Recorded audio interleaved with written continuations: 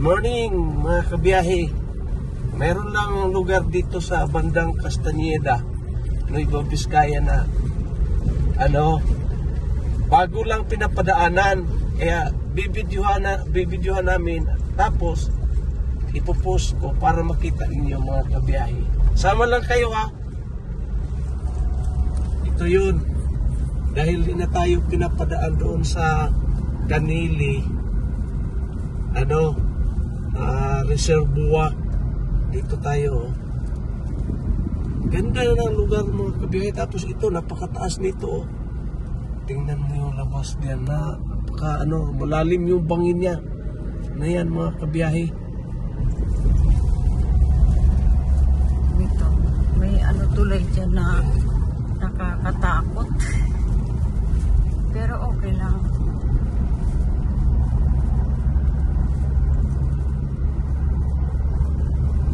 Ilan lang yung bahay dito mga kabiyahe.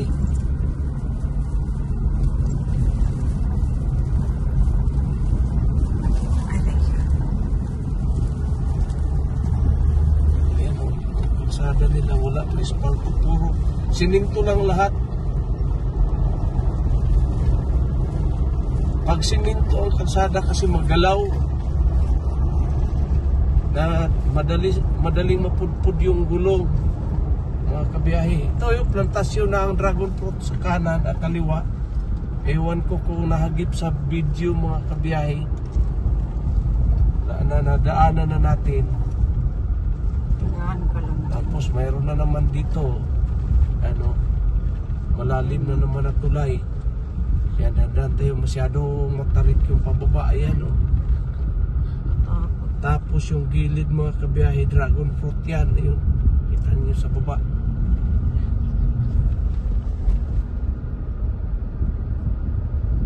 Malalim din ito.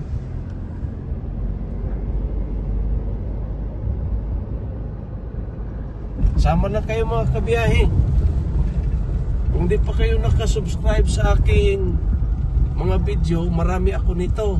At kung magustuhan ninyo, pakisuyo na lang mga kabiyahe sa aking subscribe button. At sama na rin yung bell icon para sa lahat ng maipost ko ng mga video na katulad nito, manotify kayo. At kay Caprini's Angel TV, pabisita na lang po sa channel niya mga kabiyahe. At itong video na ito is maiksi lang ito, mga ilang minuto lang. Kasi itong lugar na to, pangatlong daan ko pa lang dito ngayon. At namangha lang ako sa lugar. Kaya kinukuhanan ko ng video at para makita ninyo itong lugar na ito. Ito po ay sa taas ng banda noong Canili Reservoir, dito sa may bandang napagitnaan siya yung naghati ng Maria Aurora bayan at sa Castañeda, Nueva Vizcaya. At ang unahan na rin ito mga kabiyahe, Nueva Ecija na. Hindi na siya part ng Nueva Vizcaya. Itong part lang na ito is sakop pa pala siya ng Nueva Vizcaya. Yan, may madaanan pa tayo isang tulay diyan sa unahan. Yan, puro tulay mga kabiyahe. Yan. Dito sa kaliwa, nandito yung nandito mga kabiyahe yung Canili Reservoir Dam.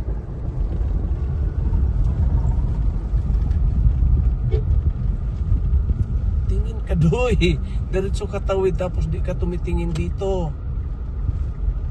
Ito na yung main.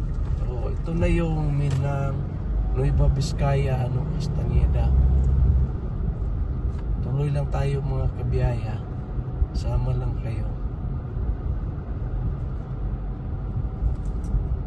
Yan yung kanilang City Hall. Ay, munisipyo. Ayan bandang kaliwa.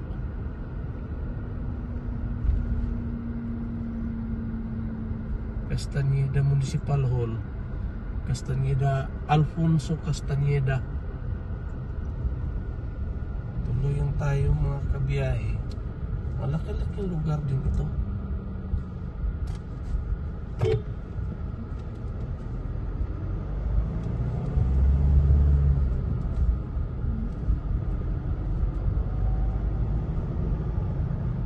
Di na tayo pinapadaan doon sa may dam.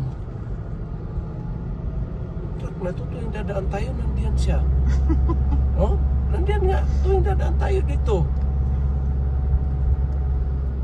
Parang sabi niya, doon muna tayo kasi dadaan si Kabiyahe at saka si Caprini. Kaya mga kabiyahe, pag gano'n na mayroong sasakyan sa kalahati ng kalsada, nakuha niya yung buong isang scoop ng kalsada, tapos mayroong mga tao, bumubusina kayo kasi minsan may mga tao doon sa likod ng sasakyan at biglang tumawid, hindi muna sisilip. Maano siya? Ay, langka. May langka. Ano? Ano, langka? Oh. Di daw.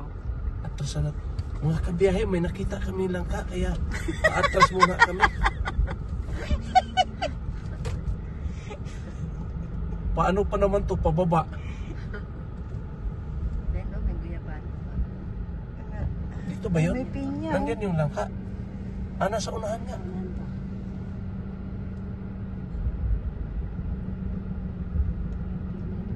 Dadaan kami mga kabiyahe, may mga prutas. Ayun, papaya. Ayun. Langka yun. May langka. Ayun, langka. Saan yung langka? Ayan. Ay, magkano yung langka? 50 po isang kilo, sir. Ha? 50 po isang kilo. 50? Pero may mga hinog na. Puno ka na hinog.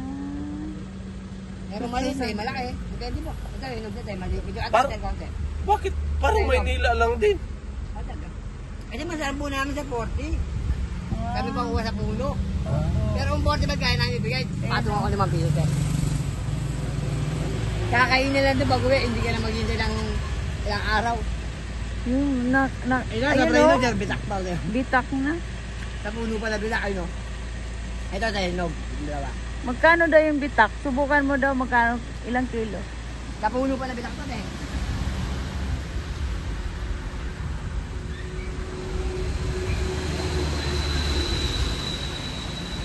Magkano daw yan?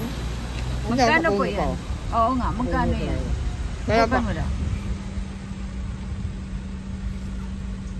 Dapat tayo ano dyan. Magkano daw ano yan?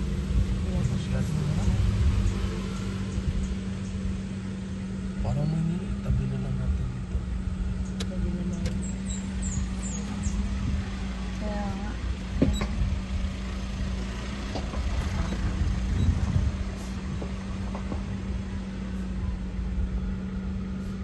Maraming salamat mga kabiyahe. Asikasuhin muna namin yung langka.